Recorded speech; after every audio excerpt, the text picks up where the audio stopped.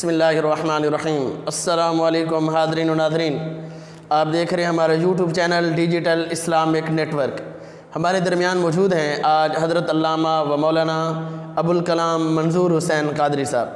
اور آپ کے ساتھ ہی موجود ہیں حضرت علامہ و مولانا محبوب اکبر قادری صاحب۔ ہم ان کا دل کی عطا گہرائیوں سے شکریہ ادا کرتے ہیں کہ حضرت صاحب اس پلیٹ فارم پر دوبارہ تشریف لائے۔ آج ان کا موضوع ہے حضرت علامہ و مولانا منظور حسین قادری صاحب آپ کے سامنے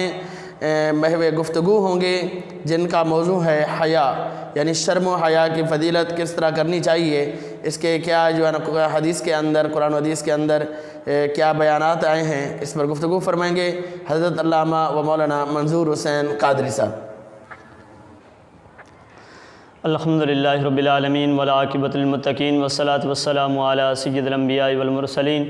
اللہم صلی وسلم وبارک علی سیدنا واصحاب سیدنا و مولانا محمد مادن الجود والکرم وآلہ واصحابہ وبارک وسلم، صلو علیہ صلاۃ و سلام علیک یا سیدی یا رسول اللہ۔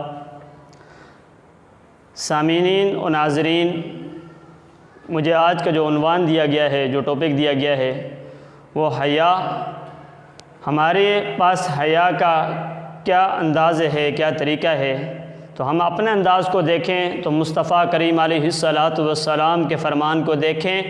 تو پھر ہم اپنے گریبان کے اندر خود جھانک کر دیکھیں کیا ہم مصطفیٰ کریم علیہ الصلاۃ والسلام کے فرامین پر عمل کر رہے ہیں یا نہیں کر رہے۔ یاد رکھیے گا، حدیث مبارکہ ہے، حضرت ابن عمر رضی اللہ تعالیٰ عنہ فرماتے ہیں، آقا دو جہاں صلی اللہ تعالیٰ علیہ وسلم نے ارشاد فرمایا، میری امت میں سب سے زیادہ رحم دل جو ہیں وہ جناب سیدنا صدیق اکبر رضی اللہ تعالیٰ عنہ کی ذات پاک۔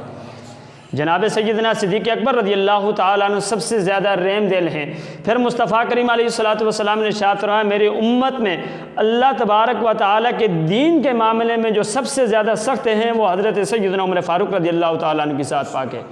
پھر مصطفیٰ کریم علیہ الصلاۃ والسلام نے ارشاد فرمایا کہ میری امت میں سب سے زیادہ جو حیادار ہیں وہ عثمان بن عفان ہیں۔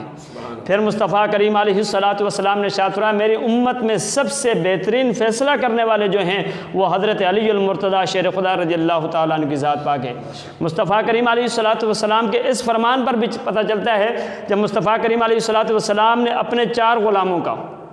ذکر کیا تو تیسرے نمبر پر حضرت عثمان کی عظمت کو بیان کیا کہ سب سے زیادہ حیادار جو ہیں نا میری امت کے اندر وہ عثمان بن عفان ہیں۔ ہم یہ دیکھیں مصطفیٰ کریم علیہ الصلاۃ والسلام کے فرامین کو پڑھیں۔ ایک اور مقام پر حضرت اماں عائشہ صدیقہ رضی اللہ تعالیٰ عنہ فرماتی ہیں، مصطفیٰ کریم علیہ الصلاۃ والسلام گھر میں جلوہ فرما تھے، مصطفیٰ کریم علیہ الصلاۃ والسلام آرام فرما رہے تھے، مصطفیٰ کریم علیہ الصلاۃ والسلام کی پنڈلی مبارک پر کپڑا نہیں تھا۔ جناب سیدنا صدیق اکبر تشریف لائے، دستک دی دروازے پر، مصطفیٰ کریم علیہ الصلاۃ والسلام سے اجازت طلب کی، مصطفیٰ کریم علیہ الصلاۃ والسلام نے آپ کو اجازت عطا فرما دی۔ جناب سیدنا صدیق اکبر بارگاہ مصطفیٰ میں حاضر ہو گئے۔ کچھ دیر بعد پھر دروازے پر دستک دی گئی، پوچھا گیا کون؟ کہا حضرت عمر فاروق۔ مصطفیٰ کریم علیہ الصلاۃ والسلام نے آپ کو اجازت عطا فرمائی۔ جناب سیدنا عمر فاروق بھی مصطفیٰ کریم علیہ الصلاۃ والسلام کی خدمت میں حاضر ہو گئے۔ پھر دروازے پر دستک ہو گئی، پوچھا گیا کون؟ کہا عثمان۔ مصطفیٰ کریم علیہ الصلاۃ والسلام اٹھ کر بیٹھ گئے۔ مصطفیٰ کریم علیہ الصلاۃ والسلام نے اپنی پنڈلی مبارک پر کپڑا ڈال دیا، چادر جو تھی اپنی پنڈلی مبارک پر مصطفیٰ کریم علیہ الصلاۃ والسلام نے ڈال دیے۔ جب مصطفیٰ کریم علیہ الصلاۃ والسلام نے اپنی پنڈلی مبارک پر چادر ڈالی، مصطفیٰ کریم علیہ الصلاۃ والسلام نے اجازت دی حضرت عثمان بن عفان کو۔ مصطفیٰ کریم علیہ الصلاۃ والسلام کے یہ غلام حاضر ہوا مصطفیٰ کریم علیہ الصلاۃ والسلام کی خدمت میں۔ جب یہ ہستیاں مصطفیٰ کریم علیہ الصلاۃ والسلام کی خدمت میں حاضر ہوئی، اب میرے محبوب علیہ الصلاۃ والسلام کی خدمت سے بارگاہ اقدس سے اٹھ کر جب چلے گئے، حضرت اماں عائشہ صدیقہ رضی اللہ تعالیٰ عنہ عرض کرتی ہیں، یا رسول اللہ صلی اللہ تعالیٰ علیہ وسلم، جناب سیدنا صدیق اکبر آئے تو آپ تشریف فرما رہے، جناب سیدنا عمر فاروق تشریف لائے، یا رسول اللہ آپ پھر بھی اسی طریقے سے تشریف فرما رہے، یا رسول اللہ جب حضرت عثمان تشریف لائے، یا رسول اللہ آپ سیدھے ہو کر بیٹھ کے آپ نے اپنی پنڈلی مبارک پر کپڑا لے لیا، یا رسول اللہ یہ بات میری کچھ سمجھ میں نہیں آئی، یہ کیا ماجرا ہے؟ آقا دو جہاں حضرت محمد مصطفیٰ احمد مجتبیٰ صلی اللہ تعالیٰ علیہ وسلم نے ارشاد فرمایا، اے عائشہ میں اس سے کیوں نہ حیا کروں جس سے رب کے فرشتے بھی حیا کرتے ہوں، اے عائشہ میں اس سے کیوں نہ حیا کروں جس سے رب کے فرشتے بھی حیا کرتے ہوں۔ آج ہم دیکھیں کہ میں یہ کہوں کہ میں کسی بڑے بندے سے مل کر آیا ہوں، میں فخر کرتا ہوں،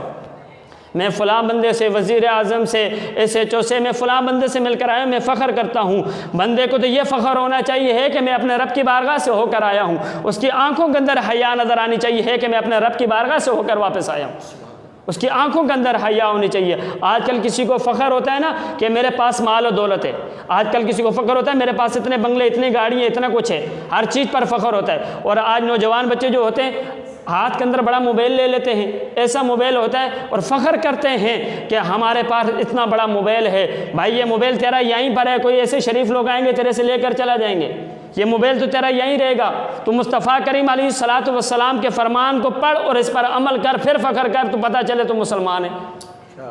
پھر پتہ چلے گا نا تو مسلمان ہے، حضور علیہ الصلوۃ والسلام کا کلمہ پڑھا ہے، حضور کا امتی ہے۔ اپنی اس بات پر فخر کر، مصطفیٰ کریم علیہ الصلوۃ والسلام کے ہر فرمان کو پڑھ کر اس پر اپنی زندگی کو گزارنا سیکھ، اس پر اپنی زندگی کو گزارنا سیکھ۔ یاد رکھیے گا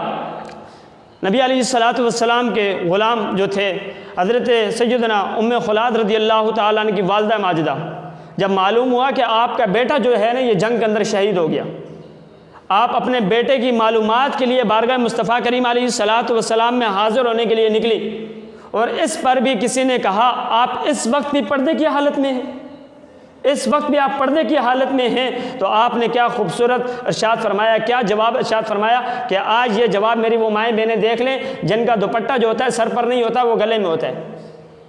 جن کا دوپٹہ سر پر نہیں ہوتا وہ گلے میں ہوتا ہے۔ تو حضرت ام خلاد کی والدہ ماجدہ کی اس بات کو ذہن نشین فرما لیں کہ ان نے کہا میں نے بیٹا ضرور کھویا ہے، حیا نہیں کھوئی، میں نے بیٹا ضرور کھویا ہے، حیا نہیں کھوئی۔ دوسرے مقام پر حضرت عبداللہ بن عمر رضی اللہ تعالیٰ عنہ فرماتے ہیں آقا دو جہاں صلی اللہ تعالیٰ علیہ وسلم نے ارشاد فرمایا میری امت میں سب سے زیادہ جو حیا دار ہیں وہ عثمان بن عفان ہیں،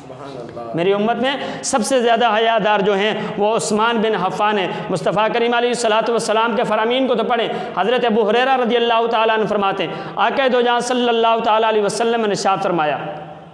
ایمان کی 70 سے زائد شاخیں ہیں، ایمان کی 70 سے زائد شاخیں ہیں، اور ان میں سے جو سب سے افضل اور اعلیٰ ہے نا وہ لا الہ الا اللہ کا اقرار کرنا، لا الہ الا اللہ کا اقرار کرنا، اور سب سے نچلا جو درجہ ہے نا وہ راستے میں سے کسی تکلیف دہ چیز کو ہٹا دینا۔ اور ایمان کا اہم حصہ جو ہے نا یہ ایک جو ہے حیا بھی ہے، حیا بھی ایمان کا ایک اہم شاخ ہے۔ ہم دیکھیں آج ہماری حیا کہاں چلا گئی، آج ہماری آنکھوں کے اندر حیا نہیں ہے۔ آج ہم یہ دیکھیں کہ آج ہم اللہ اور اس کے رسول کے ذکر کے لیے کسی مسجد کے اندر، کسی مدارس کے اندر، کسی پینڈال کے اندر چلا جاتے ہیں، وہاں پر ہم بیٹھ کر 10 تسبیحیں پڑھ لیتے ہیں، مگر باہر نکلتے ہیں پھر ہماری آنکھیں جو ہوتی ہیں، ہمارے ہاتھ جو ہوتے ہیں، ہمارے پاؤں جو ہوتے ہیں وہ بے حیائی کی طرف چلا جاتے ہیں۔ کس وجہ سے؟ کہ آج ہم یہ دیکھیں کہ ہم نے مصطفیٰ کریم علیہ الصلوۃ والسلام کے فرمان کو، مصطفیٰ کریم علیہ الصلوۃ والسلام کے فرمین کو آج ہم نے یہاں رکھا کہ آج یہ مولوی پڑھیں گے، یہ مولویوں کا کام ہے، یہ دین پڑھنا، دین سنبھالنا، دین پر چلنا مولویوں کا کام ہے، ہم اپنی زندگی اسی طریقے سے بسر کریں گے۔ اور یاد رکھو جو یہ کہتے ہیں کہ ہم اپنی زندگی اس طریقے سے بسر کریں گے، کل بارگاہ مصطفیٰ کریم علیہ الصلوۃ والسلام میں کیا منہ دکھاؤ گے؟ کل بارگاہ مصطفیٰ کریم علیہ الصلوۃ والسلام میں کیا منہ دکھاؤ گے؟ آج وقت ہے، آج بہت قیمتی وقت ہے، اس وقت کو غنیمت جانیے گا، آ جائیے گا، مصطفیٰ کریم علیہ الصلوۃ والسلام کے فرمان پر عمل کیجیے گا، رب کے قرآن پر عمل کیجیے گا۔ جب یہ عمل اپنائیں گے رب ذوالجلال اس دنیا کے اندر بھی برکتیں، عزتیں عطا فرمائے گا، اور اس کا ثواب رب تعالیٰ آخرت میں بخشش فرما دے گا۔ ہم نے بڑے بڑے لوگوں کو دیکھا، ایسے لوگ ہمارے سامنے موجود ہوتے ہیں، ایسے لوگ سامنے نظر آتے ہیں جن نے اپنی ساری زندگی جو ہوتی ہے نا اللہ اور اس کے رسول کے دین کے لیے وقف کر دی ہے، اور ایسے لوگ بھی ہوتے ہیں جن کا کاروبار ہی ایسا ہوتا ہے جس کے طرف بندہ نظر بھی نہ اٹھائے، ان کا ایسا کاروبار بھی ہوتا ہے۔ مگر یاد رکھیں جن کا ایسا کاروبار ہوتا ہے جن کی طرف بندہ نظر بھی نہ اٹھائے، وہ کہتا ہے کہ یار میں ان کے ساتھ مل گیا، میں نے ان کو مشورہ دے دیا، میں بھی گنہگار ہوں گا، صاف سیدھی بات ہے، سود کا کاروبار۔ ایسے لوگوں کے ساتھ بندے کھڑے ہوتے ہیں، مگر ان بندوں کو کوئی ٹینشن نہیں ہوتی ہے، نہ تو وہ نماز پڑھتے ہیں، نہ تو وہ قرآن پڑھتے ہیں، نہ ان کے پاس کوئی حیا ہوتی ہے، مگر ان کے سر کے ایک بال بھی بھیگا نہیں ہوتا، ان کے سر کے اندر درد بھی نہیں ہوتا۔ مگر یہ دیکھیں جو دین کے ساتھ جڑے ہوئے ہیں، دین کے ساتھ مخلص بن کے چل رہے ہیں، رب ذوالجلال نے جو عزتیں، جو مقام اور مرتبہ عطا فرمایا نا، آج دنیا کے اندر دیکھ سکتے ہیں۔ آج پاکستان کی سرزمین پر ہمیں ان ہستیوں کے اندر نظر آتی ہے، عبداللہ شاہ صحابی بھی نظر آتے ہیں، عبداللہ شاہ غازی بھی نظر آتے ہیں، داتا علی حجویری بھی ہمیں نظر آتے ہیں، خواجہ معین الدین چشتی حجویری بھی نظر آتے ہیں۔ آج ہم دیکھیں اللہ تبارک و تعالیٰ کے ولیوں کو، سیرت طیبہ کو دیکھیں، ایسے نیک لوگ اس پاکستان کی سرزمین پر موجود ہیں، مگر آج ہم بھی اس پاکستان کی سرزمین پر موجود ہیں، پھر ہم کیوں نہ مصطفیٰ کریم علیہ السلام کے فرامین پر عمل کریں۔ اس وطن عزیز کے اندر کوئی روک ٹھوک نہیں ہے۔ اس وطن عزیز کلمے کے نام پر بنا، اور اس میں صرف اور صرف دین بھی وہی نافذ ہوگا جو مصطفیٰ کریم علیہ السلام کا دین ہے۔ جب مصطفیٰ کریم علیہ السلام کے فرامین میں نے جیسے آپ کے سامنے رکھے، ان فرامین کو پڑھیں گے، اس پر عمل کریں گے، اپنے اولادوں کو بھی اس پر لے کر آئیں، اپنی بال بچیوں کو بھی اس پر لے کر آئیں، اپنے پڑوسیوں کو بھی اس پر لے کر آئیں گے، رب ذوالجلال تمہیں عزتیں کتنی عطا فرماتا ہے، برکتیں کتنی عطا فرماتا ہے۔ یہی آرزو ہے کہ تعلیم قرآن عام ہو جائے، ہر پرچم سے اونچا پرچم اسلام ہو جائے۔ وآخر دعوانا ان الحمدللہ رب العالمین۔